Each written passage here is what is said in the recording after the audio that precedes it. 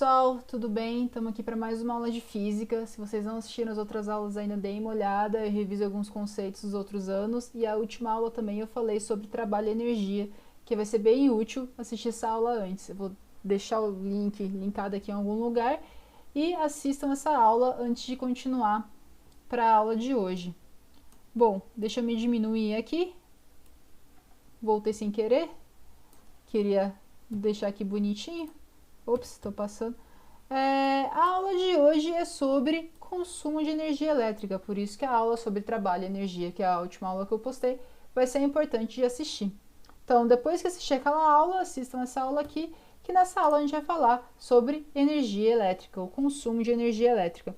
Então, antes de a gente falar sobre o consumo de energia elétrica, a gente pode se perguntar o que é eletricidade. A gente está acostumado a ver eletricidade, a pensar eletricidade, mas a gente parece talvez esquecer, né, que a eletricidade ele é um fenômeno natural, que a gente, a partir de tecnologias, conseguiu fazer e imitar esse fenômeno natural em tecnologias. A gente consegue fazer correntes elétricas passarem por fios pensando o que a natureza faz naturalmente, né, descargas elétricas aqui, igual a gente consegue ver. Então, deixa eu me diminuir aqui um pouquinho. Se a gente está pensando em eletricidade, a definição de eletricidade já tem a ver com o movimento de cargas elétricas. Então, quando cargas elétricas entram em movimento, gera-se uma corrente elétrica. Essas cargas em movimento geralmente são elétrons em movimento.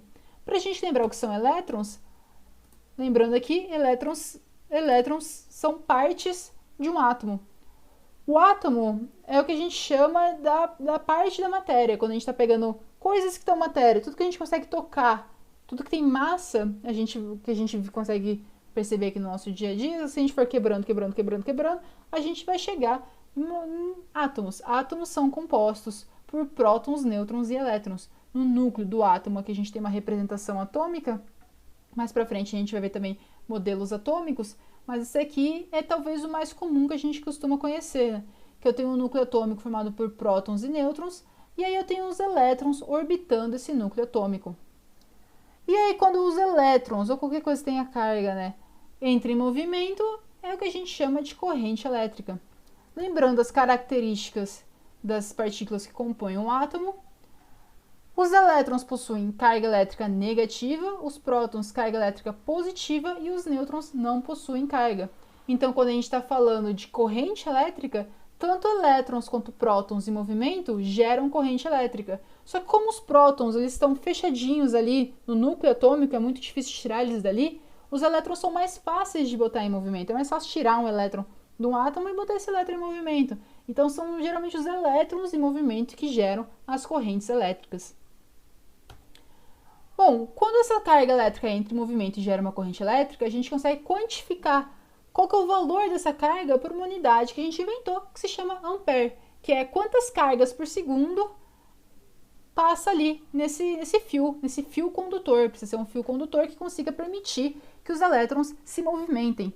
Então aqui eu botei uma imagem que mostra uma corrente elétrica passando. Essa corrente elétrica, a gente precisa aqui, né, criar o que a gente chama de diferença de potencial para que os elétrons entrem em movimento. A gente pode pensar numa diferença de potencial igual se a gente pensar aqui. Por que as coisas caem quando a gente joga? É porque existe uma diferença gravitacional, uma diferença potencial gravitacional, e aí coisas com massa entram em movimento. Aqui num circuito elétrico é a mesma coisa, a gente cria uma diferença potencial elétrica, e aí os elétrons entram em movimento. Os elétrons entrando em movimento gera-se uma corrente elétrica, e aí a gente usa essa corrente elétrica para fazer coisas funcionarem. Aparelhos elétricos são aqueles aparelhos que precisam de corrente elétrica para funcionar. E aí, quando a gente está falando de corrente elétrica, aparelhos elétricos, eu botei aqui uma curiosidade, que não são só coisas que a gente inventou que funcionam através de correntes elétricas. A gente também, o nosso cérebro, os nossos neurônios, quando querem passar informação de neurônio para outro, como é que o impulso elétrico acontece no nosso cérebro? Bom, acabei de falar, né? Impulsos elétricos passam de neurônio para neurônio e é assim que a gente consegue levar informação de partes do cérebro. Então é assim que a informação no cérebro se propaga, através de impulsos elétricos. Então existe eletricidade aqui em torno do nosso cérebro. É bem legal isso daí, eu acho. Bom, mas continuando, a gente está falando aqui sobre o consumo de energia elétrica. Quando a gente está falando de consumo de energia elétrica, a gente está falando o quanto que algum aparelho precisa de energia para funcionar.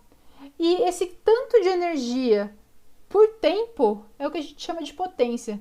Então a potência de algum aparelho eletrônico é o quanto de energia elétrica esse aparelho precisa para funcionar a cada segundo.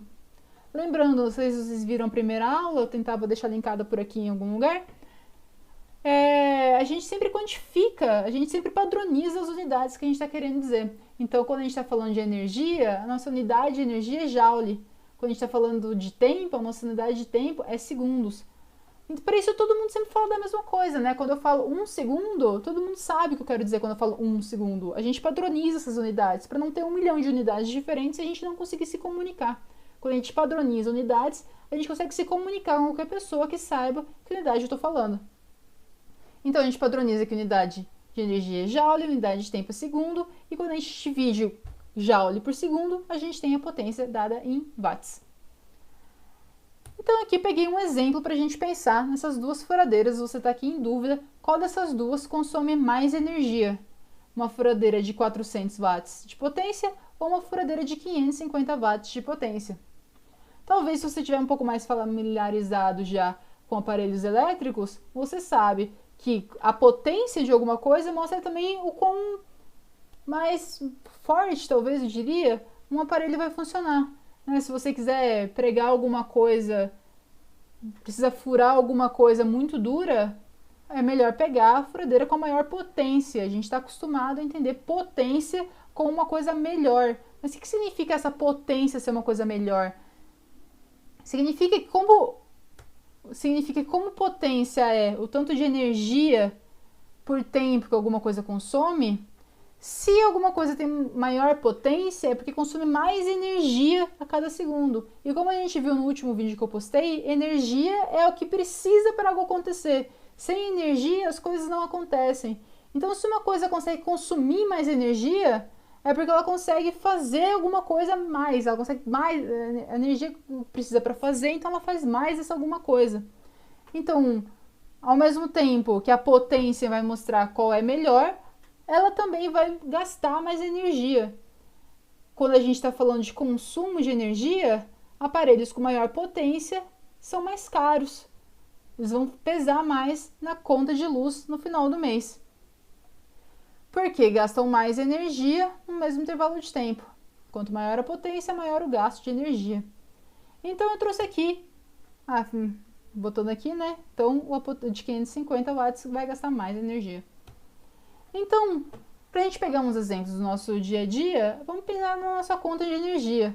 O consumo que a gente gasta é contabilizado pela potência do aparelho, vezes quantas horas esse aparelho ficou ligado. Lembrando que, se você pegar qualquer conta de energia, vai estar lá em kWh. O quilo só significa 1000. Então, é quantos 1000 watts por hora, a cada hora você gastou. Então, lembrando que 1 kW são 1000 watts, porque esse K aqui significa 1000, isso em tudo. Quilogramas, 1000 gramas. Quilômetros, 1000 metros. Esse K significa 1000. Então, quando a gente está falando quilowatts-hora, 1000 watts-hora. Então, eu trouxe aqui um exemplo para a gente pensar. Um tempinho aí para vocês lerem. O bom é que vocês podem pausar o vídeo, né? Vocês podem tentar fazer sozinhos, e aí eu vou fazer aqui com vocês. Então, se vocês quiserem tentar fazer sozinhos esse exemplo, pausem o vídeo e deem uma olhada.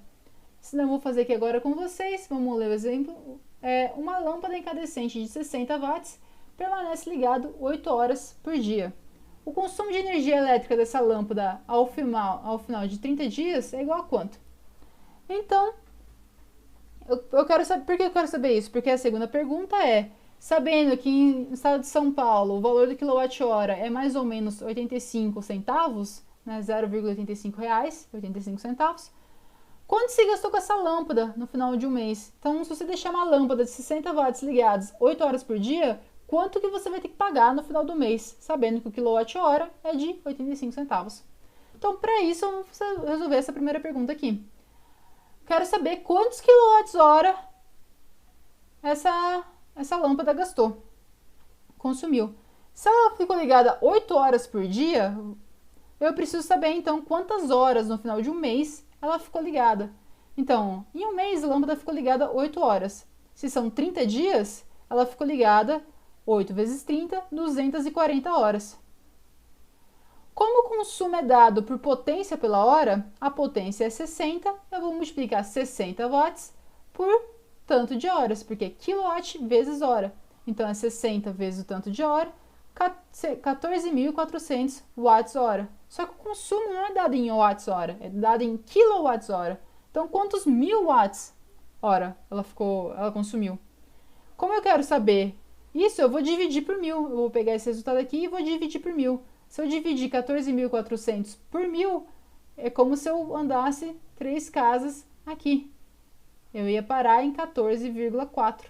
Então, se eu dividir 14.400 por 1000, eu vou chegar em 14,4 kWh. Porque esse K é 1000. Então, se eu substituir K por 1000 aqui, vai ficar 14,4 vezes 1000, que eu vou voltar para o 14.400 watts-hora. Então, o consumo final é de 14,4 kWh. Lembrando, se fica 8 horas por dia, por 30 dias, fica 240 horas. Como o consumo é potência vezes horas, eu pego a potência e multiplico por quantas horas ela ficou.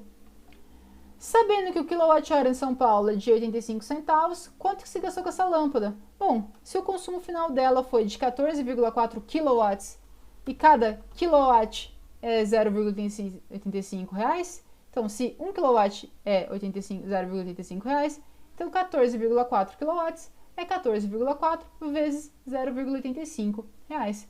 Se eu fizer essa conta aqui, vocês podem fazer no papel. Se vocês tiverem dúvida de como fazer essa conta, vocês podem me perguntar, entrem em contato comigo, que dá 12,24 reais. Dêem uma olhadinha no que está escrito aqui, tentei deixar bem explicadinho, mas se vocês tiverem qualquer dúvida do que eu falei aqui desse exercício, entrem em contato comigo. E essa foi a aula de hoje, espero que vocês tenham gostado e até a próxima.